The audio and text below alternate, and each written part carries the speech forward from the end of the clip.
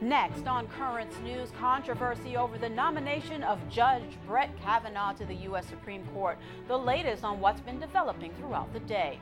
A summit that could make a big difference for the Catholic Church. The Encuentro begins this week. I'll speak with leaders of the Brooklyn Diocese Encuentro team. And the Pope goes on a special trip to Sicily. When he's there, he confronts the mafia. Plus, the floods from Florence are hitting the Carolinas very hard. The news starts right now.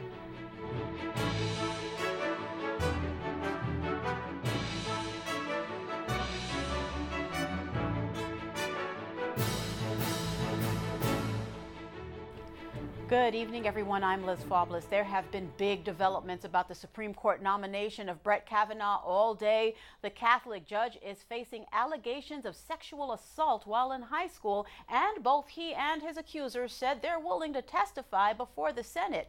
Emily Schmidt reports the very latest. The road from Judge Brett Kavanaugh's Maryland home to his Monday White House meetings may be easier than the road his nomination has suddenly taken. If it takes a little delay, it'll take a little delay. California professor Christine Blasey Ford accused Kavanaugh of physically and sexually assaulting her at a party more than 3 decades ago when both were teenagers. Will your client, Christine Ford, be willing to testify in public to the Judiciary Committee? The answer is yes. She is willing to do it. Has she been asked by any of the lawmakers to do that? That's interesting. The answer is no. Kavanaugh says in a statement the allegation is completely false and that he's willing to say so to the Senate Judiciary Committee. So I have great confidence in the U.S. Senate and in their procedures and what they're doing. The committee plans to vote on Kavanaugh's nomination Thursday. Democrats on the committee are asking for a delay, as is Senator Chuck Schumer. Trying to rush this through on Thursday is an insult to the women of America and an insult to the majesty of the Supreme Court of the United States. It's Republicans who could sway proceedings, especially potential swing votes from Senator Lisa Murkowski. I don't know whether there is any there, but it's my job, along with 99 other members of the Senate, to determine if there is. And from Senator Susan Collins, who tweeted, Professor Ford and Judge Kavanaugh should both testify under oath. Professor Ford's words getting attention and action, with still unknown results. In Washington, I'm Emily Schmidt, Currents News.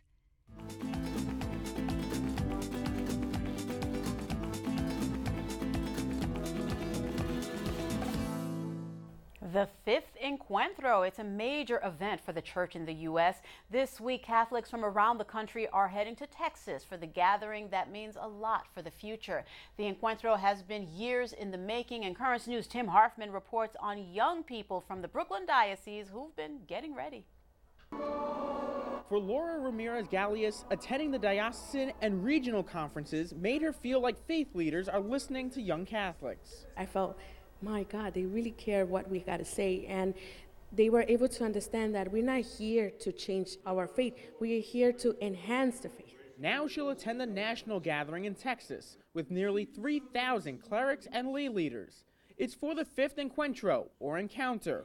The goal of the summit is to strengthen the Hispanic ministry in the church, and the youth is one of the main topics to be discussed. Wondering why. Laura leads hundreds of young Hispanic Catholics through religious education and prayer groups in the Brooklyn Diocese. She says one issue is they don't believe they're accepted within the church. They know that they belong to a parish. They know that. But they don't feel connected to it because nobody even bothered to come up to them and ask them, do you have any ideas? She blamed family traditions for their inability to lead. The older generations, they think that they can do it because they're not doing it how they did it. Joel Pena is also going to the fifth Encuentro.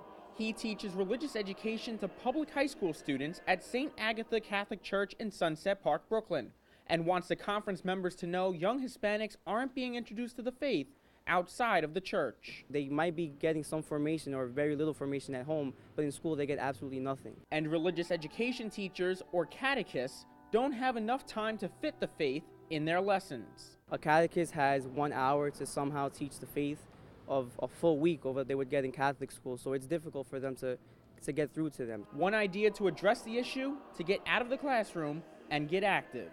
I try to tell them to get involved in something with the church, like something service, so that they could do faith in action. Because I feel like if you just teach them from a book, you know, it works, you know, it's essential, but they need to do it in action. Nearly 30% of people attending the 5th Encuentro conference are under the age of 35. And these attendees are optimistic the summit will enhance the ministry. Let's be open and let's be ready to see what they have for us, because they're listening. In Brooklyn, Tim Harfman, Currents News. And as we just saw, the youth is an important theme for this year's National Encuentro. Here to talk more about that is the director of the Diaconate Formation Program for the Diocese of Brooklyn and co-chair of Region 2, Deacon Jorge Gonzalez, and Mari Fernandez. She's lay representative for the Cursillo movement. Thank you both for joining me today. I really appreciate it. Let's get right to it. There is a focus on vocations for the Encuentro. This you know, specifically the youth vocations. How important is it, Deacon, for the youth to be involved in this church?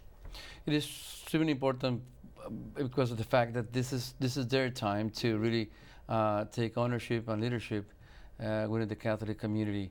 And not only the Hispanic community, but all communities that form the Catholic Church. So we really need to have them involved, and also to respond to their personal call to service, either as priests or religious. Mari, I want your perspective on that as well, because again, we want to make sure that the importance of our youth being involved, getting them off the iPads and the phones and involved in their communities is something that we discuss constantly. What are your thoughts on that? Yes, that's very important because nowadays, that's all they care about, and we have to focus a little bit more on putting that aside and try to teach them a little bit more, like what the faith is so important in their lives, and why God is so important for.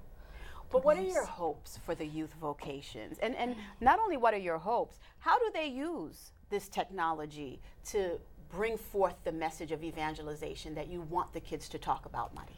It's more like a teaching for us to help them try to teach them how to use the internet nowadays, and we are all involved in that.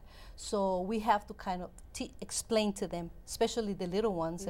They're growing up. I have 5 grandchildren, so it's important to teach them how to use it. That communication that you have to keep in. This question is for you. Hispanics traditionally have a lot of deacons in the Catholic Church, but not as many priests. Why is that? I don't have an answer for it, because the vocations to priesthood and the diaconate are 2 distinct vocations. But I do believe that for us deacons, being able to serve both worlds, if you please, the church in itself, but also to be in the trenches where people live their daily lives, and we've been able to bring the gospel, that becomes very appealing to us to respond to this call. Now, in our families, we really have to do a lot of work and to promote these vocations among the youngsters. I myself, I'm a grandfather of 6, so it's my hope and prayer that from them, maybe one of them will respond to the call to priesthood. Not much as the diaconate, believe it or not, but the priesthood, because we really need priests, Hispanic priests, helping, in the communities. I want to bring our conversation full circle in the time that we have left. The Encuentro, of course, is to strengthen the Hispanic community, but I don't want to lose sight on the fact that this is part of the entire Catholic Church. How do we, the Brooklyn Diocese, help attract the youth, help build the message of the Encuentro? What can we do? Mari, I want to start with you really quickly. By example. You have to be an example for them. You have to be, you have to show them that you are one authentic person. You cannot be different person in your job, in your house, in church. You have to be one person. And they see that. They see that. That's perfect. Deacon? Also, we have to open up spaces for them to get together, to experience their faith, and also allow them to use their creative ways of attracting other youth into the fold. Deacon and Mari, it's been a pleasure. Thank you so much. This was a very important topic, so I appreciate your perspective on it. We'll have you back after the Encuentro to talk about it a little bit more. Thank you so much. Thank you. The Pope has expelled a Chilean cleric from the priesthood over sex abuse charges. Christian Precht was already suspended after a Vatican trial found him guilty of abusing both minors and adults. The ex-priest was once a national hero in Chile for defending human rights against the dictatorship of Augusto Pinochet. Precht also played a key role when St. John Paul II visited Chile in 1987. Archbishop William Lori is taking over the West Virginia Diocese of Wheeling-Charleston temporarily on the orders of Pope Francis. The pontiff accepted the resignation of Bishop Michael Bransfield amid sex abuse allegations. Archbishop Lori spoke to parishioners about the case in his first homily. We've all been jarred by the news regarding Bishop Bransfield, in particular, the allegations of sexual harassment of adults leveled against him, allegations which now must be carefully and fairly investigated. Archbishop Lori will conduct that investigation while remaining Archbishop of Baltimore. In the Brooklyn Diocese, there are many important measures in place to prevent abuse. The Office of Victim Assistance helps individuals who come forward with allegations of abuse. The office provides counseling, referrals for therapy, and other resources. Every employee of this diocese, including students, undergo mandatory training to prevent and identify abuse. Bishop DiMarzio meets with survivors and listens to their requests, and the diocese holds a yearly Mass of Hope and Healing, which they suggested. The Diocese of Brooklyn has a toll-free and confidential sexual abuse reporting line. That number is 888-634-4499. And for more information, you can also go to the Diocese of Brooklyn's website, dioceseofbrooklyn.org, and click on Protecting Our Children. Pope Francis targeted the mafia in a special trip he made this weekend to the Mediterranean island of Sicily, where the Cosa Nostra is rooted. He warned the mobsters to change their ways. Melissa Butts reports the Holy Father also was honoring an assassinated priest. During his papal visit to Palermo for the 25th anniversary of the mob killing of Blessed Father Pino Pugliese, Pope Francis addressed the cause of his death and the corruption plaguing the south of Italy, the mafia. Non si può credere in Dio ed essere mafiosi. Chi è mafioso non vive da cristiano.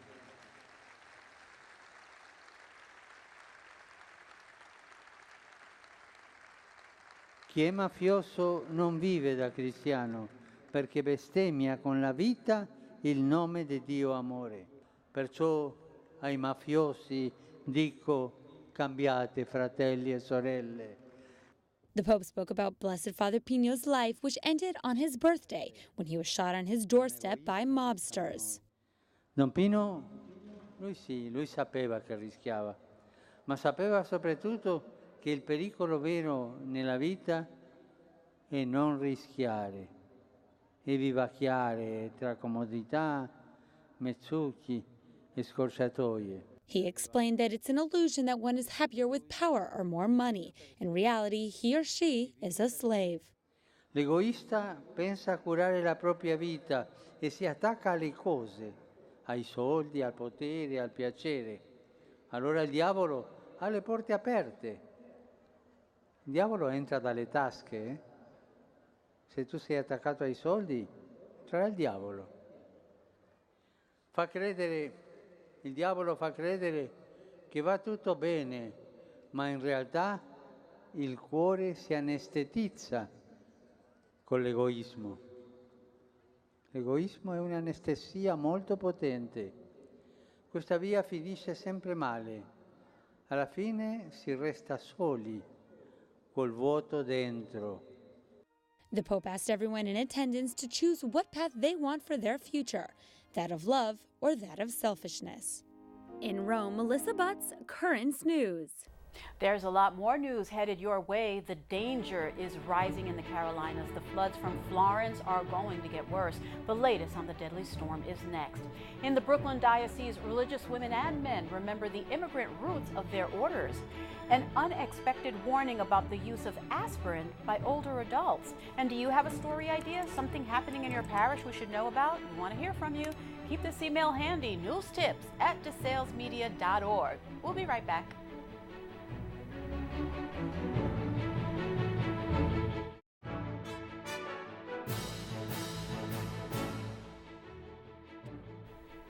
The danger is not over in the Carolinas after Hurricane Florence stormed ashore. The death toll and the number of people forced to flee floods are both rising. Omar Jimenez is standing by in New Bern, North Carolina with the latest. It was a beautiful sunrise in parts of North Carolina today for the first time really since Hurricane Florence made landfall last Friday. But the threat is far from over. In fact, hundreds of thousands still waking up today without power, and new threats from flash flooding and river flooding expected to be a factor throughout the week. This storm's like a house guest who doesn't want to leave. That sentiment is one shared by thousands across the state as they continue to get hammered 3 days after Hurricane Florence made landfall. Now a tropical depression, the National Hurricane Center says southeast North Carolina could see up to 40 inches of rain. I jumped up, shined a flashlight out here. The water was already up to that first step. Time I could turn around and go back in the house, the water was already halfway. Time I could run out here and get my truck, it was that deep. Many rivers have yet to crest, which officials warn will cause even more damage over the next couple of days once they do. More than 1 million people are under mandatory evacuation orders, and at least 1,000 swift water rescues have been carried out in North Carolina alone. When she hit that water, she literally flew into the ditch, and that car disappeared into the woods. 600 roads in the state have flooded out or were made impassable by debris, prompting officials to ask motorists to avoid driving through the state altogether if possible. Residents who may feel like venturing out themselves could be involved in a flash flood scenario, which could potentially place them in harm's way. And New Bern, North Carolina here is one of the hardest hit places during Florence. They saw more than 10 feet of storm surge and at times, or by the time it was said and done rather, more than 400 water rescues. Now, they begin to turn an eye toward recovery. Residents and business owners are being allowed back into the town to survey the damage and strategize over what is going to be a long recovery process, much like many places across the Carolinas. Reporting from New Bern, North Carolina, I'm Omar Jimenez. A frantic search and rescue operation in the Philippines is underway after a powerful typhoon hit Luzon and set off dozens of landslides. More than 50 people have been killed and many others are missing after severe flooding caused the earth to erode. At one mine in the northern region of Luzon, as many as 50 miners were inside a bunkhouse, which was buried in a landslide. The storm is affecting more than 250,000 people on Luzon. With wind gusts nearing 200 miles an hour, the typhoon destroyed much in its path. Alexandra Field reports from the north coast of the Philippines. This is what Adelpha Lunacho came home to, nothing much at all. She cries when she tells us how the whole family cried. She says it's like losing the will to live. How do we start again, she asks. What do we do now? The family's whole fishing village is in ruins. You're thinking tens of thousands of people out of their homes. Just in this province. Wow. And yet here in Bugay, a small town in hard-hit Cagayan province in the north part of Luzon Island in the Philippines, we meet people who believe they were still somehow looked out for.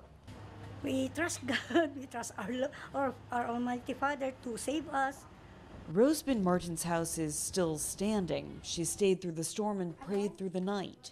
She still found this mess in the morning, and she knows she isn't alone.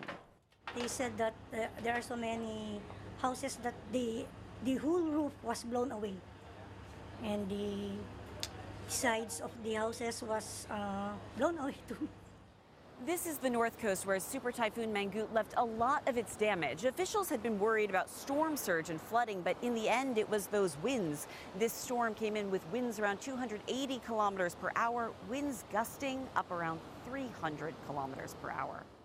You can just hear the noise outside, as if there are dump trucks going around with their engines on full swing. That's how strong the wind was. Arthur Pagador says it was the worst storm he'd ever seen. He's lived here 68 years.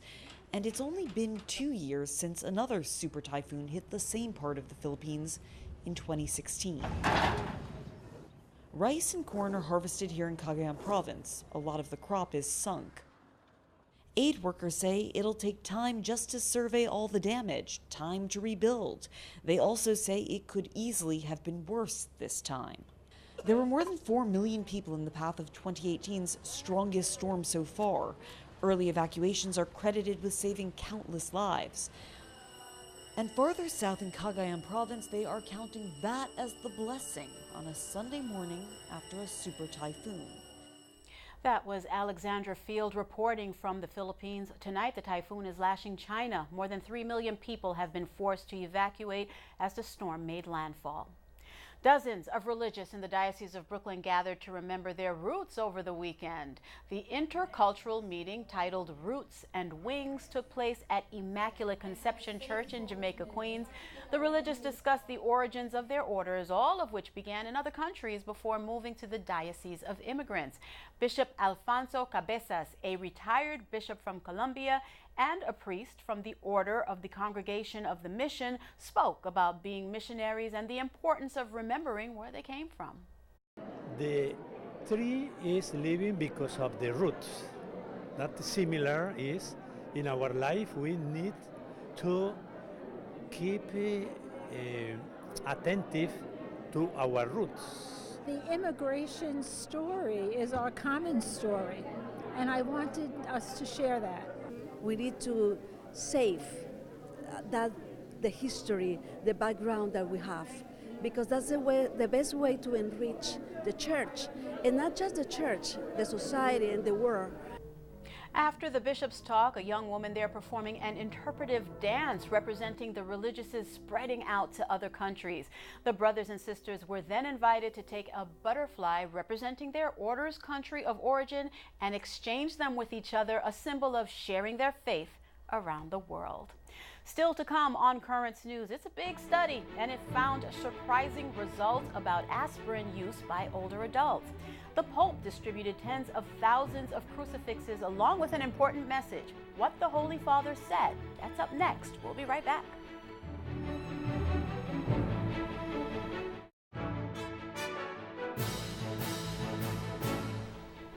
It could be time to stop taking a medicine you might have in your cabinet. A new international study found that even at low doses, long-term use of aspirin may be harmful for older adults who have not already had a heart attack or stroke.